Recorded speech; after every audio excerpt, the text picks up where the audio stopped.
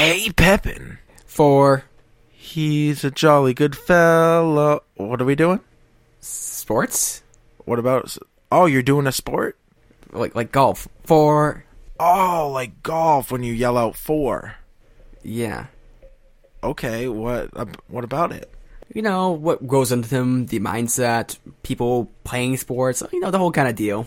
Oh, you want to talk about sports in general? Yeah. That's a real general topic. Very general. I think we need to talk.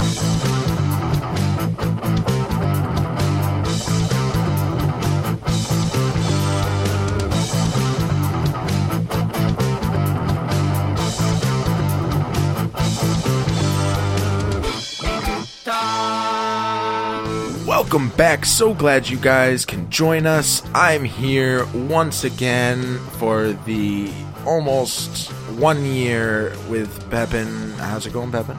Are we married yet? We're getting there. Okay. Who's going to propose? Well, I'm getting down on one knee right now.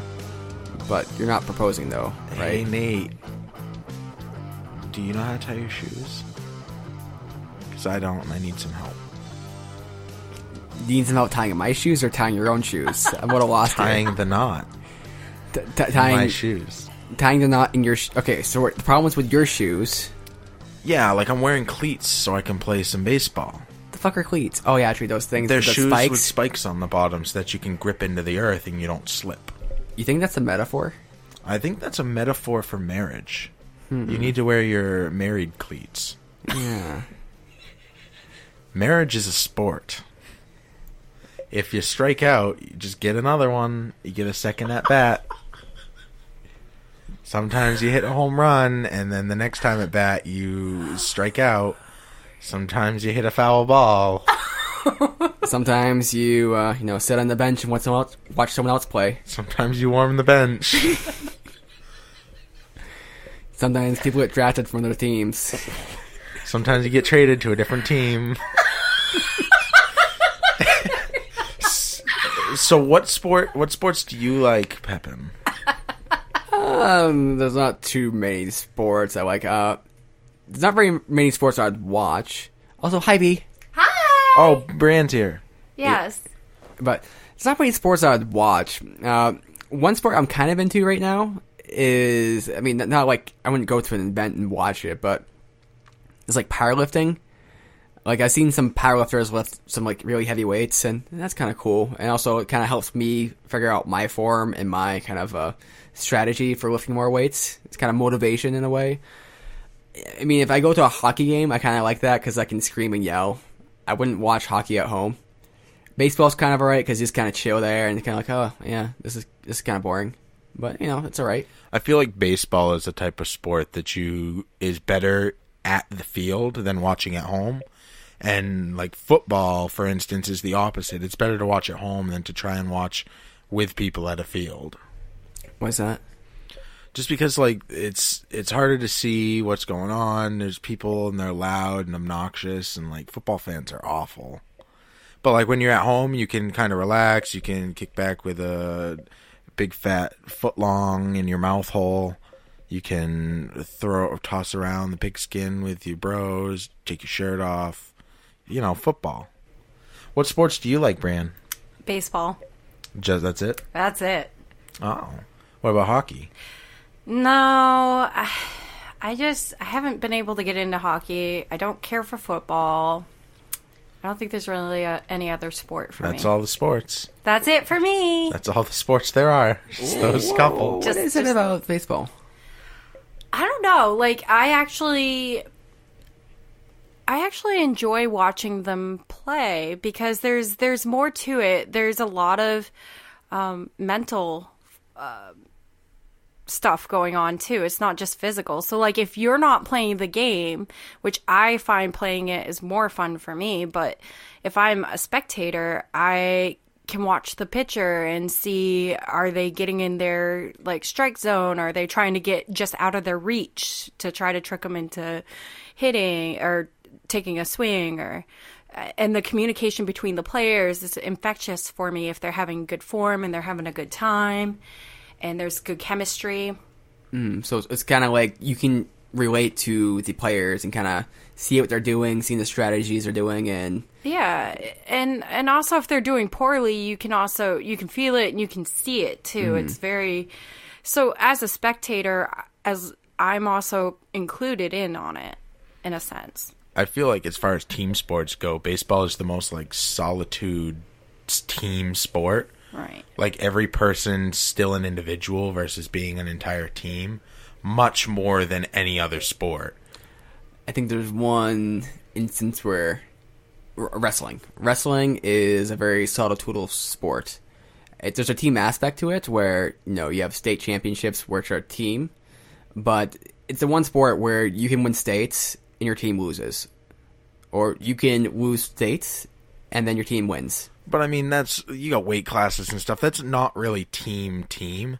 That's more like you're only a team because you're a part of the same school. True. But you try to work together as a team, and there's a lot of strategy. The school I went to, I was on the wrestling team, and they had some crazy strategies to win states. Like it kind of blows my mind. Like they manipulated all these how the weight classes work and how the tournament structure works and stuff, and they try to get people seated in places that actually wouldn't be good necessarily. Like they had one of my teammates purposely lose a match so he gets seated 8th, so he'd wrestle this kid who actually wasn't as good as he seemed, but he'd be winning his division because his division was actually a lot weaker. So they manipulated shit like that like crazy. And that's just to win the states. So their whole thing was winning states. It wasn't necessarily having this kid win, himself. It'd be nice if he did, but they just wanted to get him into the finals. Fair enough. I didn't even know that wrestling was considered a team sport in that sense, so I will concede to baseball being the second most solitude of team sports. Very nice, very nice. I definitely like sporting. I like to play them sometimes. I like to play the video game version sometimes. I like to play the normal outdoors playing a sport, and I watch them too. I get the whole spectrum of sporting. That's quite the extravaganza right there. I know, it's pretty impressive. So, B, would you consider like video games, like I'll say competitive gaming, to be a sport? Absolutely. It's just because a lot of people think sports are purely physical. I think there's also a mental aspect to them, but people more associate it with physical. But I think gaming can be a sports because you can have team-based in like anything co-op or capture the flag type stuff, Call of Duty team-based stuff there. And you can do it competitively. You can have one group against another. Yeah, well, some games maybe. Counter-Strike is a big competitive game where, you have teams against each other. And then you have, like, more of the single-player stuff. So Super Smash Brothers is usually, like, one-on-one. I think Soul Calibur is another big one. And just fighting games like that, those are big. I think it's hard because kind of to contradict what I'm saying, maybe you can enlighten me because I can't see it. Like, there's different genres in video gaming. And RPG style, open world, strategy gaming like that. I can see some strategy gaming, but first, like, trying to think of the name of it. Holy cow. Dragon Age. Okay, it's one person only, and it's an RPG. How would you do that as a competitive sport? How could you consider an RPG game like that? So Speedrun. Yeah, that's where I'm going with speedruns. Also, there's challenges. So with Dark Souls, the first one, they had all these challenges. Can you beat the boss without upgrading your character at all, or using the default class? But speed doesn't really come in RPGs. Like, it's not really... It's not meant to be that way. So Dark Souls isn't meant to be a speed game, but you can make it into a speed game if you do it Well, I feel like Dark Souls it's like a challenge. It's like, because it's such a hard game, it's up there as kind of, haha, you can't get me. So you want to be that one untouchable person to be like, I can do it in 20 minutes. Obviously you can't, Dark Souls, but you know what I mean. But Super Mario is like the classic one. It's not really a speed game. And really, people like collecting coins in that. That seems like it's the whole game for people who are starting. Oh, collecting these coins, okay. But people play a game just to get to the end, as fast as possible, and beat the game as fast as possible. I just can't see speed running. I knew you guys are going to say that too. Competition does not make something a sport. It makes it a competition. Right. A sport has to involve physical exertion. The only way that you could consider video games a sport is because you're physically controlling the character. Mm-hmm. But it is the least demanding of all sports if it could be considered a sport. Which personally, unfortunately, I don't think it can be considered a sport, but just a competition. But if you're adding the Kinect or the PlayStation Move or what's the new one that Nintendo has out? Mm-hmm. You have to have some physical to it, because if you add those things in, like the Switch. Right, Switch, thank you. I mean, yeah, there can be elements to it, like Guitar Hero. Like, there's obviously a physical element to it, but the point being that you're not actually doing the actions, you're controlling something else that is doing the actions. You are the controller. Right. I mean, in a way, the Kinect could be considered a sport if done in a competitive manner, but it just doesn't seem like it's the same thing, really. I don't quite know the answer to this exactly, because it's partly semantical and how we define the phrase. Because if sports require physical exertion, and that's the definition we go with, then we can say that, esports are not actually sports. It's not, playing Counter-Strike competitively is not a sport, which, would be true if that's how we define it. Well, the Google definition says an activity involving physical exertion and skill in which an individual or team competes against another or others for entertainment. So the first thing is an activity involving physical exertion. Right. That's not to be argued, but what would be argued is that the word is changing definition through kind of just its general use. So some people think definitions are kind of top down, but it's really how the people use the definition. So there's the word like I should have done this, and people say of, like of, like not have, like I should have done this, or they're saying of, and then they put of into their sentences. Well, this is becoming more and more like just grammatically correct. It doesn't make sense from a logical level, but since people substitute for have, it's now just becoming a thing. So you're saying the word sport might be evolving? It's more general, so it's more like a competition that involves skill, as opposed to a competition which involves skill through physical exertion. Because a lot of people argue like NASCAR isn't a sport. NASCAR, okay, so... But as far as physically demanding, NASCAR is extremely physically demanding. I was on the side of, NASCAR's not a sport, but then I learned that, these people have to be fucking fit and, really on edge, and what they go through is really crazy. So many G's throughout that race, sweating, you're in a hot car, plus there's the mental aspect of having to plan when you do pit stops, when you don't, when you want to pass, when you don't. All of that. I mean, there's a lot that goes into it that kind of dictates, it's definitely a sport.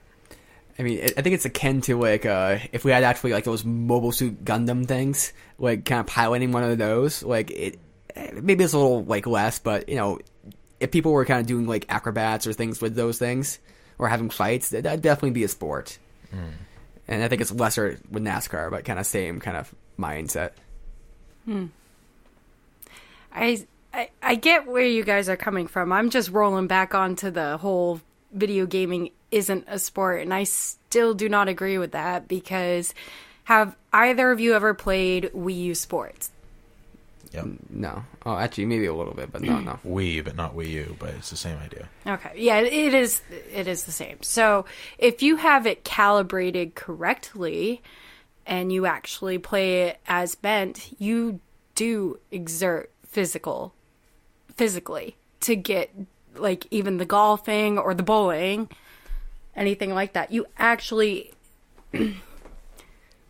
do have to do the physical steps of whatever sport you're doing. Right, but that's first a sport, then a video game. Like, you're doing a video game version of something that's already a sport. Okay, but even So that's like saying baseball is a sport, and if you play baseball virtually and do the same motions that you would do during the game, right, it's still a sport because you're still playing a sport. So tightrope walking is a sport? If it's done in a competitive way, yes. Okay, so that's also another thing that you do, and you actually have to balance yourself. And you're doing the physical motions of an actual action that you would do otherwise. I guess what I'm saying is I understand where you guys are coming from, and I see your definition, and the definition, I agree with it, that there has to be a physical aspect to it, but you are doing, I guess I can't get across what I'm trying to say, because you do physically have to exert yourself. And it's not just in the sport games. There was this fighting game that I played. It was like, I can't remember the name of it. Bikini Zombie Slayers. That's what it was. That's not a sport. Fighting's a sport. That's my favorite sport is bikini zombie slaying. So let me expand. And so first of all, I'm not making a judgment as to whether it's a sport or not. I'm saying if the definition that people use for sport expands to include just, competition, which requires skill, you can consider, esports to be sports. But if you want the definition to be, smaller and this requires some kind of physical exertion, then that's fine as well. I don't care either one.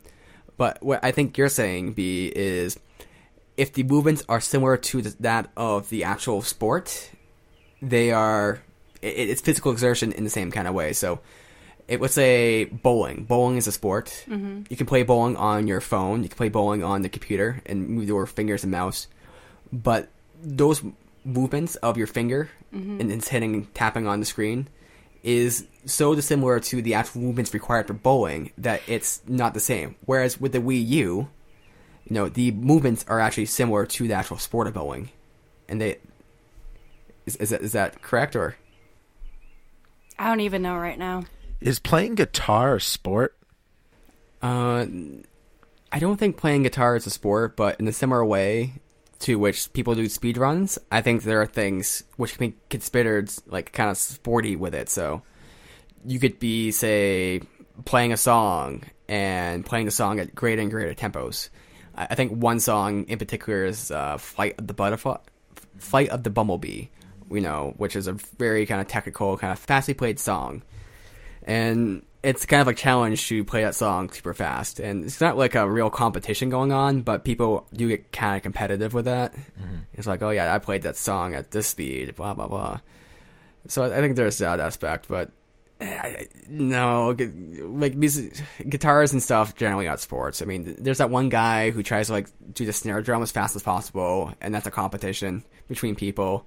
Maybe that's a sport because you're exerting physical energy. If you want to go with the technical definition, but it's I don't know. It's, to me, it's not. I wouldn't really consider it sporty. I mean, there's a competition aspect to it. Maybe there's a sport to it, but it's like, okay, that's kind of weird. What about like a battle of the bands? Because that's purely a competition. There's obviously physical exertion. There's even a team aspect to it. Or drumlining, or... I think the issue with that, and this might get a little controversial with certain people, but there's too much of a subjective aspect to that. So a lot of people don't consider bodybuilding to be a sport because the winner or loser is determined based off their appearance, their subjective appearance, how they look. And the people, viewing them is not saying... There's no real objective criteria. They try to make objective criteria like fullness, size, leanness, and so on and so forth. But it's ultimately subjective and might be influenced by cognitive biases. And similar with Battle of the Bands, that's purely subjective. I mean, probably who's going to win since it has most amount of friends in high school or. So I mean, it sounds like there needs to be an objective, a level of objectiveness in order for it to be sporty. There can't be subjection. I would say, and I think if there's any kind of sort of randomness in the game, that randomness has to be controlled or has to be applicable to both sides. So, like, take poker. I don't know if poker's a sport, but let's consider it a sport for a second. Poker has a lot of random aspects to it, but it's so very competitive, and people are playing within the rules, and the randomness applies to all players. One person might get lucky with his hands the whole rounds, but poker is not ultimately won by luck. It's won by skill in the long run. So one aspect of sports I think is interesting, and we're kind of talking about this with the cognitive bias episode, which may or not be out right now, but is that people kind of get this kind of community feeling with sports, and they feel a part of the team. So an example is my friend would wear the underwear, same underwear that one of the sports players would wear, because he thought it was his lucky kind of thing. I guess it's, they're kind of superstitious or something. And, we kind of concluded that he was doing this because he wanted to feel like he was even more a part of the team. And there's that weird kind of aspects of sports where people will do things to feel like they're part of the team, like they are contributing to the team, even if they're not. They're included in some way. They're inclusive. And this is definitely true with, like, I remember going to hockey games with Steve, like at college, and it was always kind of weird because it's like there was a game going on, but then there's another game going on between your crowd and the other crowd, and your crowd, you're just trying to be a part of the group and just trying to chant and just be crazy and like a lunatic as much as possible, just to like show like, yeah, fuck you guys, fuck you, yeah, we got these pre-planned things, or we're gonna do these clap. Oh, we're clapping now. Yeah, we're clapping. Yeah, take that. So in that sense, the competition went beyond just the game itself and created its own smaller, nuanced competitions outside of the game. Yeah, it's like a competition between the crowds, and it's fun, interesting. Have you been to those games, B? I know you went to the same college. No. Nope. No. Hockey's not for me. I don't enjoy it. If it's something I don't understand or feel I have a grasp on, I will not put myself in the position to be around it for the most part, or a part of it. So one aspect to sporting, which is extremely prevalent with a lot of media, is whether it's genetic or, say, drug enhanced, or if it's skill. So good instance is Mark McGuire using steroids. So a lot of people say that he was so good at the sport because he used steroids. Now, that might be true, but it also might be true he had a strong genetic leaning to being good at the sport as well. So it might be that and that. Or maybe the steroids didn't do as much as they thought, and, it's more like a placebo effect, which isn't true, but let's pretend like that could be true. Maybe the stuff he was getting was actually junk. So is rooting for people who, say, have just a genetic gift, or maybe a gift of work ethic, maybe something that's self-created, or maybe it's just drugs, is it really make sense to root for people like that? I mean, let's imagine like this team, which is hand-selected, hand-bred by people like 100 years, just to be the best baseball team ever. They're raised as children to be baseball players, and they're given the right drugs, right stimulants, right everything to be the perfect baseball players, and they dominate everyone. Can we really root for those people? If they're just genetically gifted, they're gifted in all these ways, they're just trained to it. I think the biggest issue that people have with steroids is that you're giving yourself an unfair advantage in a way that is a shortcut more than anything, or pushes past what would be normal for human capabilities. So the issue is not so much that the person is gifted, but rather it didn't put in as much work to achieve the same level? I guess in a way. I mean, it's giving yourself an unfair advantage that's agreed upon that they won't do. The biggest issue is that they're breaking a rule. Now, if steroids were legal, then there obviously wouldn't be a problem with people using steroids. But because they're not and people are using them, then that's where the biggest issue comes in. And I think the biggest reason for making them illegal is because if they weren't, everybody would need to use them to be able to keep up with each other. And although that would be wicked sweet because the games would be awesome, because everybody would be hitting home runs or throwing over 100 miles an hour or whatever, and speaking strictly baseball, there's health to take into account, and we need to try and be ethical about it. And there's a layer of ethics involved in taking steroids that, whether it's true or not, I don't know because I haven't done the research, but steroids are bad for you in a long-term health, a long-term view of your health. So based off of what you just said, Meader, to Pepin's question on if they were bred that way for hundreds of years or so on and so forth, and they were clean without steroids or such, and they're just naturally gifted because they were bred for that, then yes, I do think that we shouldn't hold them up on a pedestal because we know they've been bred for that. That's what their purpose is, per se, I guess. But we should celebrate the fact a little bit, especially if they're performing well, if they're actually putting some energy and effort into what they're doing, then yeah, you should definitely be happy for them and cheer for them. Yeah, I get confused by this question, my own, because it's like I don't want to take credit often for things that I've done, and the reason is because most of the stuff that led up to me doing that thing, like, I'm not responsible for. You know, the fact that my brain actually functions to some extent isn't like because I did anything. Rather, it's just I got lucky with good genes.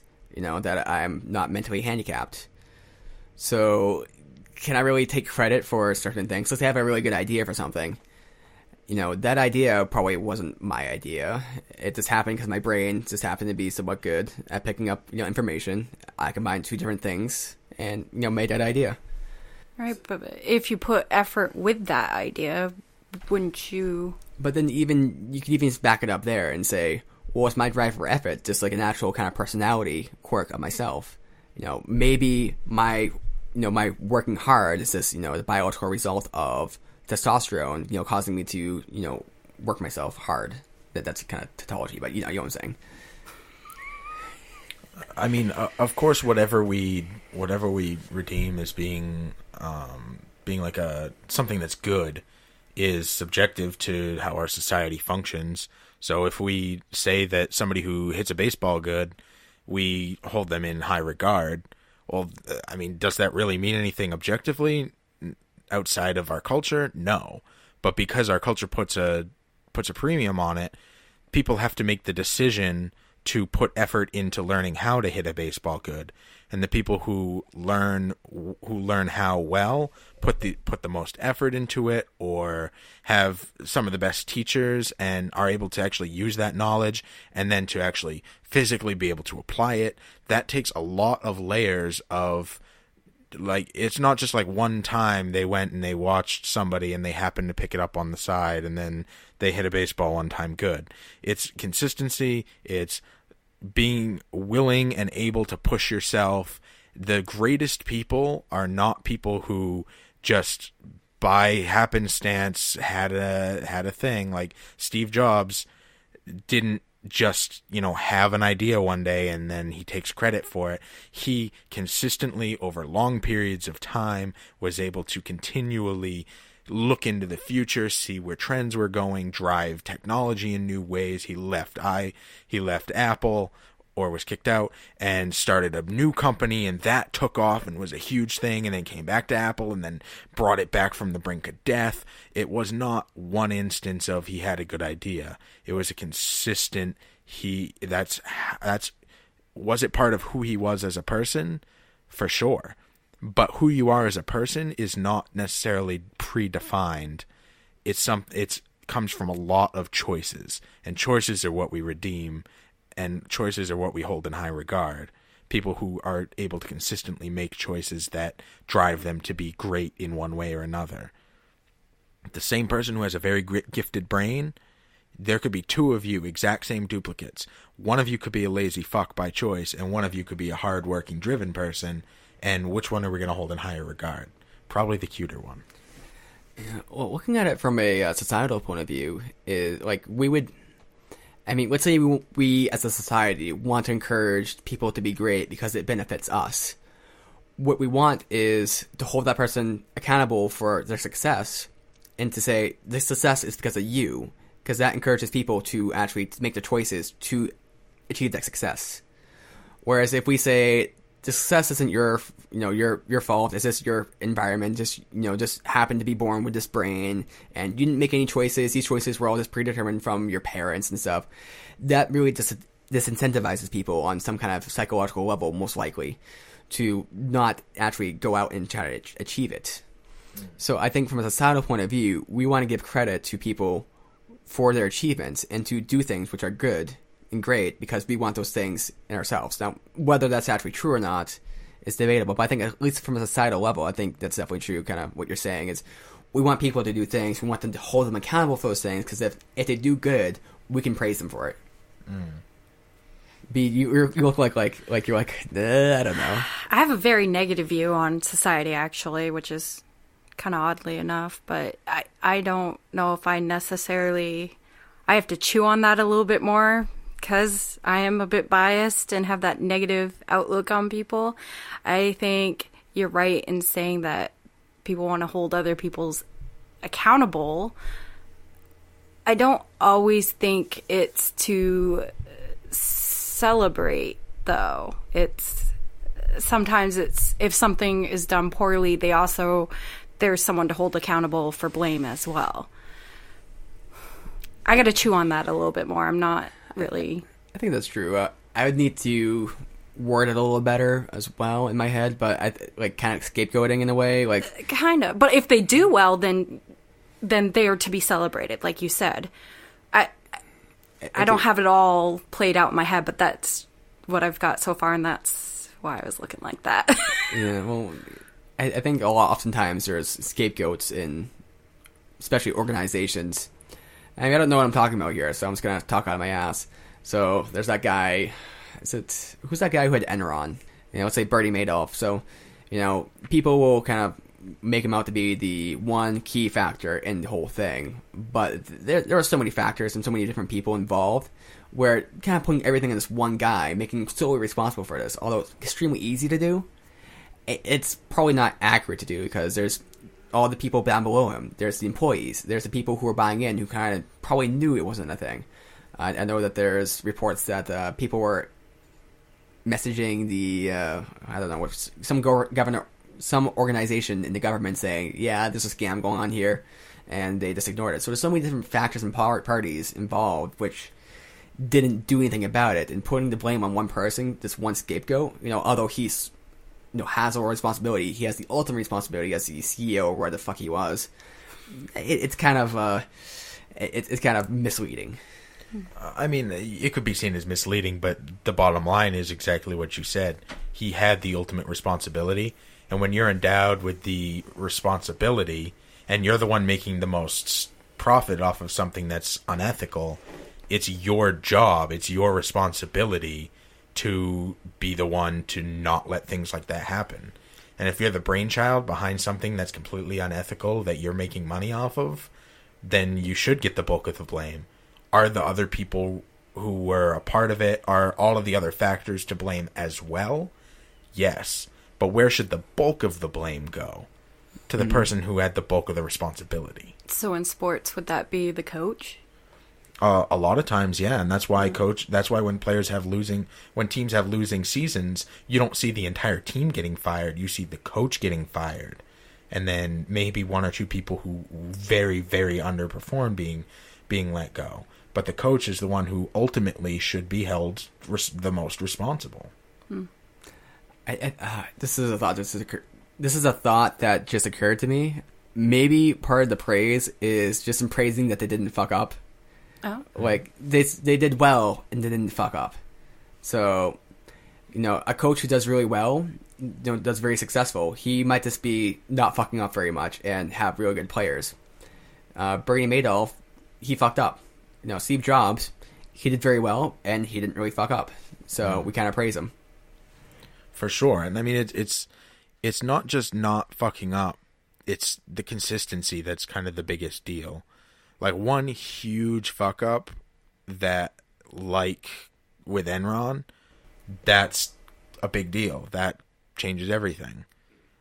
You could be consistently great for 30, 40 years, and then you have one huge unethical fuck up that screws over tons of people, and you're not worth anything anymore. All of your successes in the past they still mean something, but they're not as much of a hero. They're not as much of a role model because they made decisions that were awful decisions. Yeah, I think there's also hindsight in that because it's all of these people get caught in these kind of things and scandals. Like, they're seen as great before the scandals revealed, and then after it just taints everything they did before. Very Bill Cosby-esque. Jello pudding popping that pussy. Oh my god! Oh my god! Yeah, God. That was my brother's joke, not mine. So credit to him. But what about Tom Brady and the responsibility on him with the deflate gate, whatever? That was a witch hunt and absolute bullshit. And Roger Goodell is a fuck. In that order. I haven't heard Okay, I was talking to someone about that the other day. I don't know shit about sports, but from what I heard, the big problem was, something about the balls deflating and blah, blah, blah, but they want to look at Tom Brady's phone and search it for evidence of collusion or something, and he refused, and then he got suspended. I mean, it was like this big thing that they were claiming that a thing happened, and they were claiming that certain people were responsible for it, and they didn't have any evidence. It was all just hearsay. And then because Roger Goodell, the commissioner of the NFL, made it a huge deal, it made it all the way to courts, and at that point, Roger Goodell couldn't back down and be like, oh, I fucked up, because he's so much in charge. So he had to do something. So he just suspended Brady for something stupid. And then the Patriots ended up winning everything anyway because they're the greatest team in the history of sports. But it was easy to kind of pin it on the Patriots because they have that kind of stigma with them because they were known to be a very dirty team in the past. For sure. There was proof of them cheating in the past, like filming the other team's sidelines so that you could read people's mouths, get hand signals, get different things like that. And obviously that's against the rules. So there, exactly like you're saying, there was a stigma because they had done things in the past. So it's easy to pin something on somebody who's done something in the past. And who's going to question it because it's a known... Well, I'm not a sports person and I know this. And maybe they did cheat. Maybe Deflategate was a real thing. Yeah. But the bottom line is, if you don't have proof, you can't punish somebody for something that you don't have proof on. That's our judicial system to a T. 2 years in a row, too, right? They've been after the Patriots every single year that they win, and they keep winning. Yeah. So either they're really good at adapting the way that they cheat, which is very possible, or they're the greatest team in sports history. And either way, what the record is going to show is that they were great. There's nobody can question that. Okay. I won't question it. Damn right. It's all right. I'm not a Pats fan. You can question it with me. Okay. So, are they the greatest sports team in all history? Actually, they are really good. Oh, okay. That makes sense. And that's why everybody hates us, because we're the best. It's easy to hate the people who are at the top. Mm-hmm. You're talking about yourself quite a bit today. Yeah, you know. And in third person. Talk That's about kinda what you strange. love. Well, Narcissistic. That's a great trait of awesome people. Just because you know you're awesome doesn't mean that you're a bad person. True. so is podcasting a sport? Yeah, I feel pretty physically exerted right now. No. Yeah. I'm feeling kind of tired. I think we need to take a deload. A deload? Is that a sports term that I'm not aware of? What? It's a like a strength programming term. Okay. We need to take a break. Let's deload. Yeah, let's try to. Okay. Is podcasting a sport? I think so. I feel pretty physically exerted. Me too. No, it's not a sport. I think we should take a deload. Douche. Oh, wait, were you going to say that? No. I was worried you weren't going to say it again. I wanted to wasn't. make sure it got said. Because that was awesome. Nate, I think we need to talk. If you love the episode, give us a rating on iTunes. Also, we're at Twitter at WNDT1 or Facebook at We Need to Talk Show. And hey, if you really love us, give us a donation on Patreon. Patreon is a platform which you can use to support your favorite show, podcast, or whatever. And if we're your favorite podcast, show us more love. Also, until next time.